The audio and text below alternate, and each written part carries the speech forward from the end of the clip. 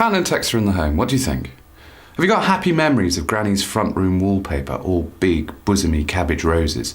Safe, comforting, but a little dowdy. Or are you fascinated by how sensual, how exciting pattern and texture can be?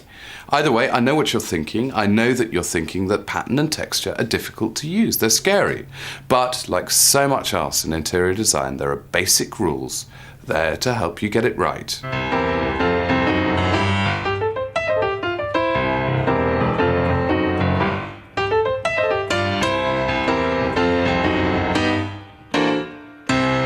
Texture and pattern are closely related design elements.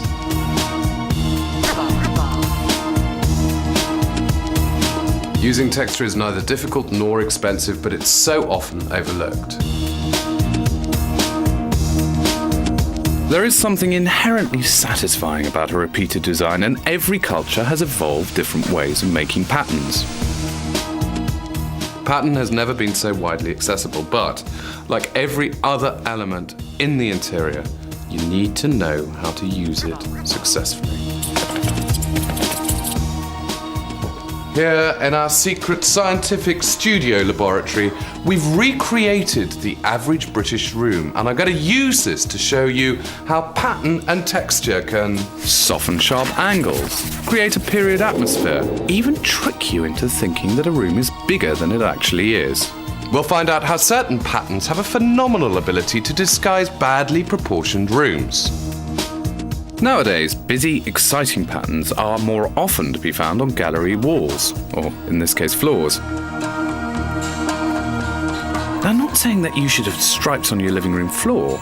I just want you to be a little less timid when thinking about pattern, because pattern is a brilliant carrier for personality. Think romantic, think florals, think cabbage roses, think gardens of romance, think poppy. Think swirly, think nightclubby, think scary, sexy images, think pinstripe, think upright, think stiff upper lip, think damask, rich, sexy, sensual damask, think Venice, think Florence. Ooh, I need a cold shower.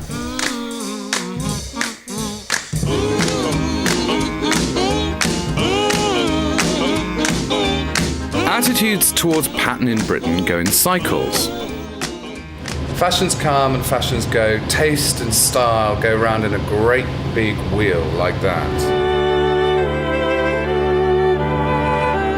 At the end of the last century, pattern was at the top of the fashion cycle. The Victorians adored pattern. The Houses of Parliament and the Palace of Westminster are great examples of Victorian Gothic, unrestrained interiors. From the 1840s through to the 1930s, Britain had a love affair with pattern. Indeed, most of our houses were designed with pattern in mind. Houses like this. Most of the houses in this country were built for pattern. In that, most of the houses in this country were built between 1880 and 1930, the heyday of pattern. And in fact, pattern then was actually a social issue. When you think that pattern is not essential for life, it's not essential for comfort, it's not essential for living, it's a twiddly bit you add on at the end when you've got a bit of money. So therefore, the more pattern you've got, theoretically, the posher you are. And that's why you end up with rooms like this. But pattern can be used in a modern way, and this house does have great potential. Remember, the first thing you need to do before you start any work is really understand the room. It's a nice space, actually. For its girth, it's got quite a high ceiling, and there's a huge amount of light flooding in, obviously a south-facing window. Rather eccentric picture rail height, which worries me slightly. And of course, there's no aesthetically satisfying focal point, no fireplace, just a black squat television in the corner. Sort of thing you see all over the place. How often do you see pattern like this, though? I mean, this is scary. This is borderline criminal. So how has pattern managed to murder this room? Let's conduct an autopsy. It boils down to two basic fatal blows to the heart: scale and balance. Scale's wrong, and there's no balance at all. My rescue package in here revolves around pattern and texture. There's a lot of hard, quite sharp architecture, which would do well to be softened by the right kind of wallpaper, right kind of scale, right kind of colourway. And then take out the picture rail, run the pattern right the way up so it meets the ceiling to draw attention to the height of the room. Natural materials, gorgeous textures that you can caress with your fingertips and enjoy with your eye. Pattern is usually one of the first things we see when we go into a room. I can't imagine anyone managing to dodge this wallpaper visually. It's worth remembering that the eye is constantly seeking out stimulation, and an area of pattern, when it's used correctly, will always act as an eye magnet for your mind to explore it, to get interest from it. But it's not just us grown-ups that feel like this. Science has proved that we need a certain level of visual stimulation at a very early age. Our visual development relies on an understanding of pattern. Experiments have been carried out by vision scientists to understand how babies learn to see. By monitoring brain waves, the responses to various patterns are measured. The results have shown that babies are always more interested in busy patterns. The brain needs stimulation in order to develop. And a certain degree of patterning on a wallpaper is probably a good idea, something to develop the visual part of the brain, which is at the back here, which responds to orientations of lines, to patterns, and then, of course, to objects as well. So if you don't give it enough stimulation, the back of the brain, the visual part, probably won't develop properly. On the other hand, if you give it too much and you really blast it with all sorts of complicated jazzy patterns, that could be a jolly bad idea. And I don't know exactly what the optimum is, but I suspect that wallpaper designers have quite a responsibility for nursery wallpapers. In our brains, we have little neurons that respond to lines and edges and bars. So if you have a very busy pattern, a lot of these neurons are stimulated and you'll see a lot of brain activity. If, on the other hand, you have a blank wall, far fewer neurons will be stimulated and you'll show far less brain activity. This is something we've known since the 1970s or earlier. So what's interesting is that busy, bright patterns are very arousing. They get our visual system going, whereas plain blank colors leave make our visual system respond much less. And there seems to be a happy medium between how much we want to be stimulated and how much we want to be soothed. Complete sensory deprivation is not a pleasant experience, but equally, living in a tiny room with flock wallpaper and different matching sofas is also very unpleasant. We like a compromise. So, if human beings are instinctively drawn to and excited by pattern, and we've all grown up in a country with such a rich pattern heritage, then why now are we so scared to surround ourselves with the stuff?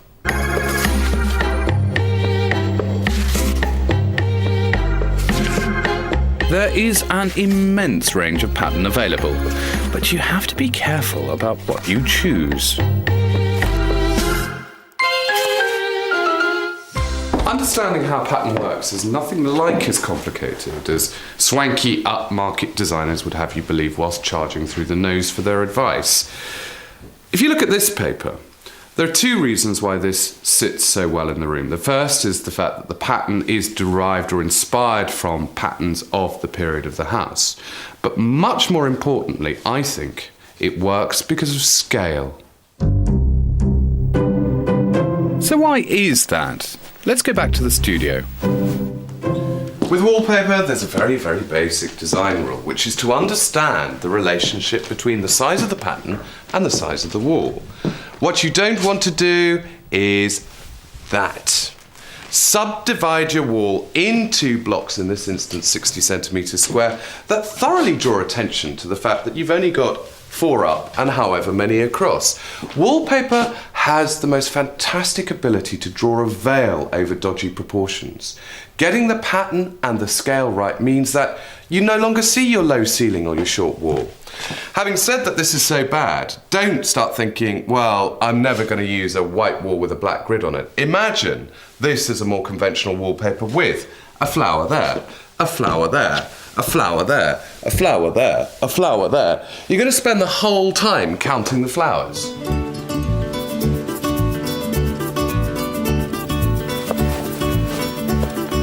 So, the first rule to understand is how scale and strength of pattern has to be carefully chosen for the room. Too bold a pattern, as in here, will have the effect of closing down a space. It's one thing being so brutally dismissive about a wallpaper being the wrong scale, but what does that mean? If you look at this wallpaper, there's a dominant feature which, should we call it a cannabis leaf, just for the sake of argument? And then, measuring the space in between the cannabis leaves vertically, we've got about 70 centimetres, which is about 28 inches. Now, what has happened is that because the picture rail's so low, we've only got 3 cannabis leaves in a row. Instantly, the ceiling's been brought down and the room's been brought in. This wallpaper, scarily, would in fact look better in a much larger room. So, what sort of wallpaper should we have in our room?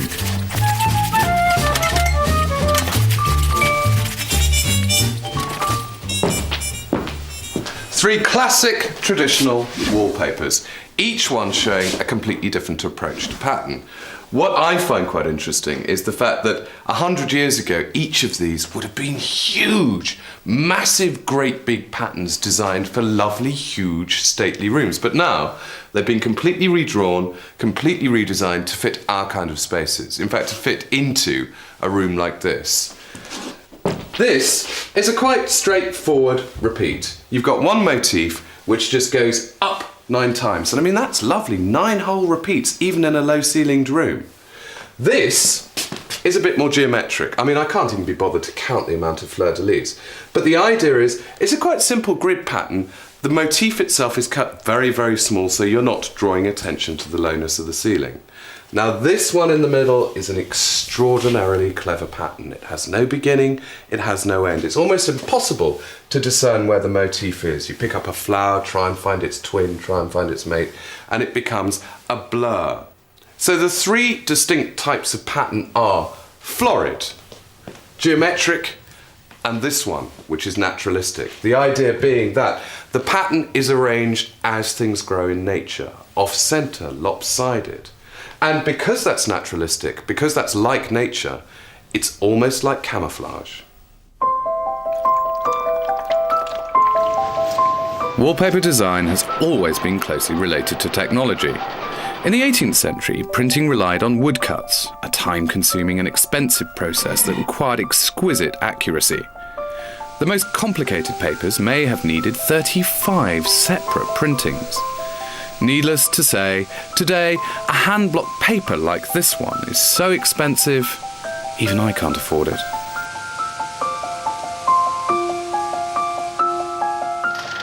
From 1840, patterned wallpaper became available to the masses and remained at the forefront of interior design right through until the 60s, when it really was the only way to keep up with the Joneses. It's the new Crown vinyl wall covering. John's just finished papering with it.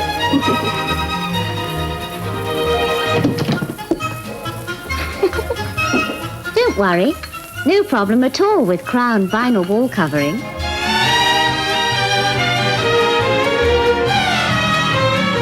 But why did he throw the trifle at it? He doesn't like trifle. He doesn't like coffee either.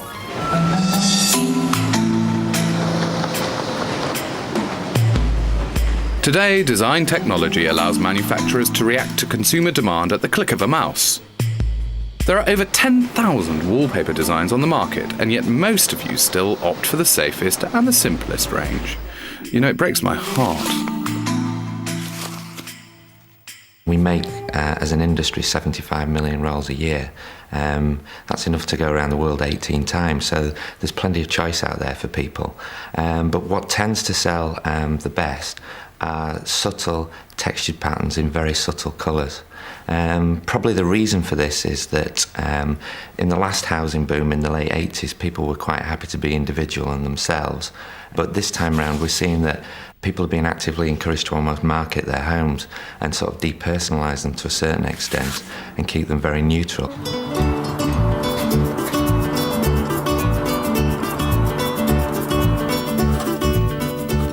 You see, I do understand you lot, and because I know you're all pattern scaredy cats, I've chosen a very subtle but nevertheless elegant floral pattern for the front room at number 37. The other changes I want to make in here include reinstating the fireplace to provide a more pleasing focal point than the television, and the picture rail has to go. Because I have absolutely no intention of using the picture rail to hang pictures from, I feel quite comfortable in the concept of removing it altogether, because I want this room to be an uninterrupted sea of pattern from the skirting right the way up to the ceiling. Elegant, dignified, restrained, but homely. Had I chosen a geometric design of wallpaper for this room, the effect would have been completely different. Geometric patterns often derive inspiration from our classical past, and in fact, the late Georgians used them to draw attention to the rhythm and symmetry of their architecture.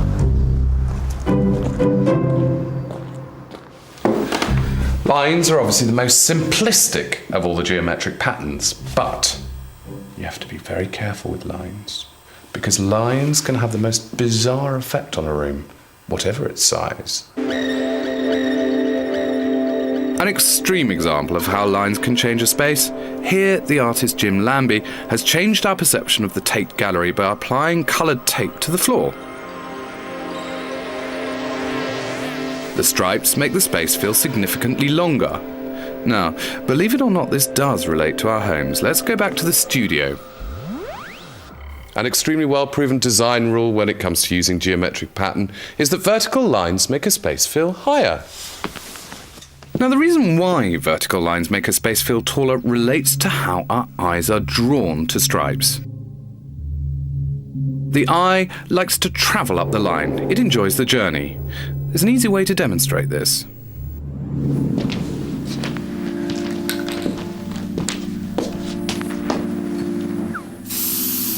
The Muller-Lyer illusion is one of the most famous visual tricks.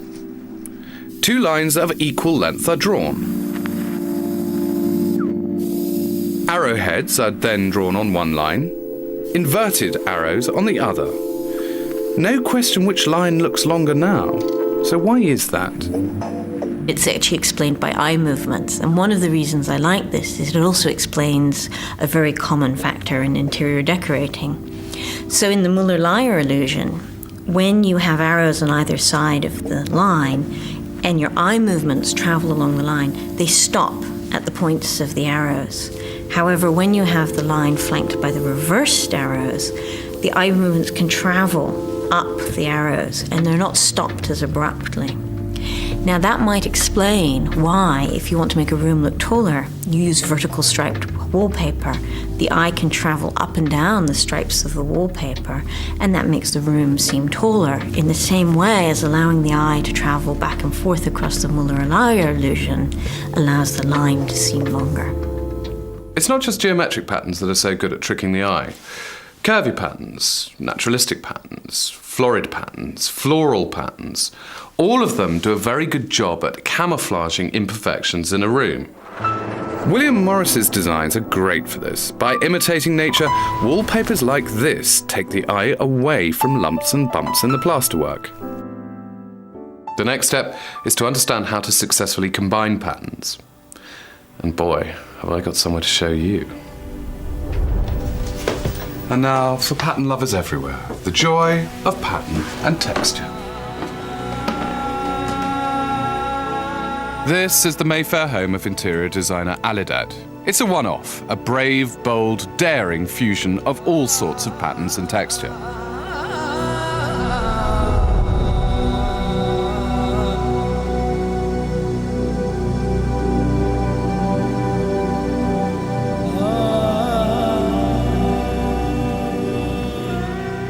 So what's going on here? Why does this work? Is there a cookery book type recipe that explains how this interior looks so good? I mean, one thing's for sure, it uses an enormous amount of spice and a lot of flavours. So how are those balanced? There are 3 basic guiding rules that pulls this off. The first rule is actually not really so much of a rule, really more of just a and informal attitude. It all looks terribly clever. It all looks terribly contrived. Actually, I think it's terribly relaxed. It's just a question of a tide of things coming in and out and eventually settling down and saying, that works there. That works there. That's what makes it innately quite so relaxing, quite so informal. So, the next rule is that there has to be something that binds it all together. And the most obvious thing here is red. It's the colour. Red's a great base for this kind of project because it doesn't clash with itself. That's one red, that's another red, that's another red, but it all just sort of sits together. So, colour is the thing that is completely wrapping it together. The next thing that makes it work is this concept of family resemblance. All of the patterns, all of the textures have a relationship with each other, like grandpa to grandson, like great-aunt Maud to her niece. And in this instance, the family resemblance is based on geography and culture, in that most of the patterns in here are derived from Islam. And then the final rule, the clever rule, is scale. Back to scale. Okay, imagine that all the pattern on the wall disappears instantly. It's gone. It's just plain red. Look at the sofa, look at the table. What's the thing you see first? That. Huge, giant, great big red poppy heads being a very, very badly behaved, attention-seeking pattern in the corner of the room. Totally engulfing and totally swamping the more delicate patterns on the sofa and the carpet. What's so clever about this space is that that is not the biggest, not the most eye-catching pattern in the room at all, because look at the pattern on the walls. That is huge. That is instantly reducing the scale of these things. The other thing that works so well about the pattern on the wall is the fact that there's very little contrast in there. It's knocked back, it's aged, it's very, very well behaved.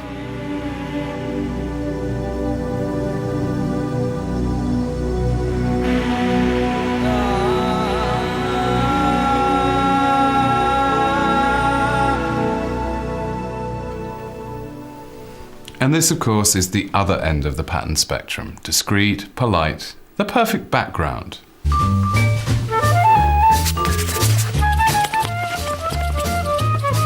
Little teeny tiny decorating tip. Another advantage of this kind of design is that it's really easy to line up. Go on, have a go.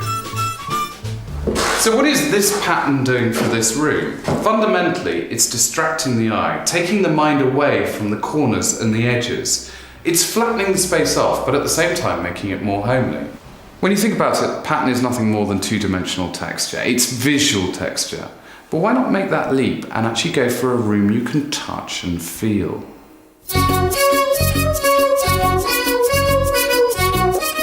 So, what is texture and what job does it do at home? Think about the softness of carpet. And then think about shiny, hard ceramic floor tiles. Think about stone walls against silk wall coverings. The thing about texture is that it can communicate luxury as efficiently as it can communicate simplicity. So, back to number 37, where some decisions need to be made. I've got a series of gorgeous things which I need to pick and mix and match together to create a mood board for this room. So I'm looking at everything that I've got, and I've got a bit of wool carpet with a nice texture to it. That seems to fit rather nicely. This stone with a hole, that's going rather well there. Rough wooden frame. That's all beginning to look rather nice. Nice bit of natural linen as well. Things that aren't looking so good are things like that. It's rather grown up, it's a bit too grand in a way, even though the colour's quite good. That is not good. It's urban, it's man-made, it just seems to be scary with everything that's going on there. And that seems to be sitting very nicely together. In fact, there seems to be some kind of family resemblance going on there, a very happy family resemblance. The very happy family that is natural texture.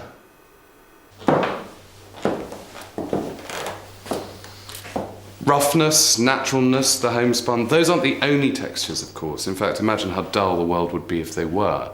Texture can also be silky, it can be glossy, it can be luxurious, it can be refined. Texture is extremely important to humans, I think because we're so tactile, but it remains one of the most undervalued of all the senses.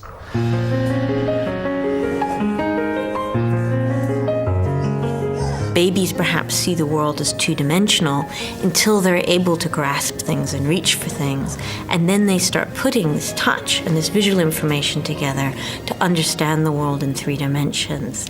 And one of the things that's striking about babies is between about 4 and 7 months, they spend a lot of time looking at objects, grabbing them and looking at them and grabbing them. That's what they're doing at that age. They're learning how to integrate their touch and their reaching behavior and their sense of depth.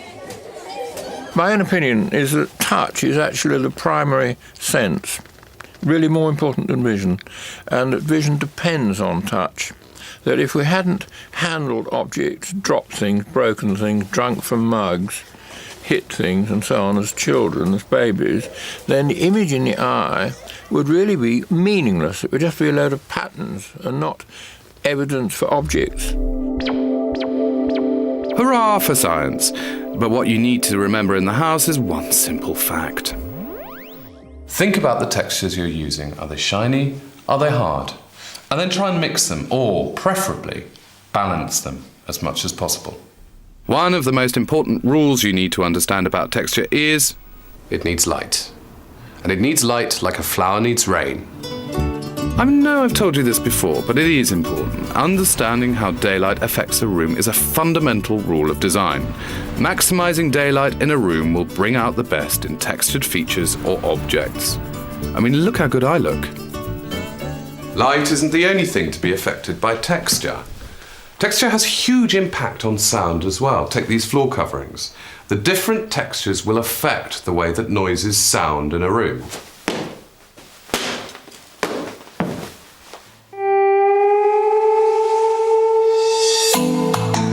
Back at number 37, work is complete.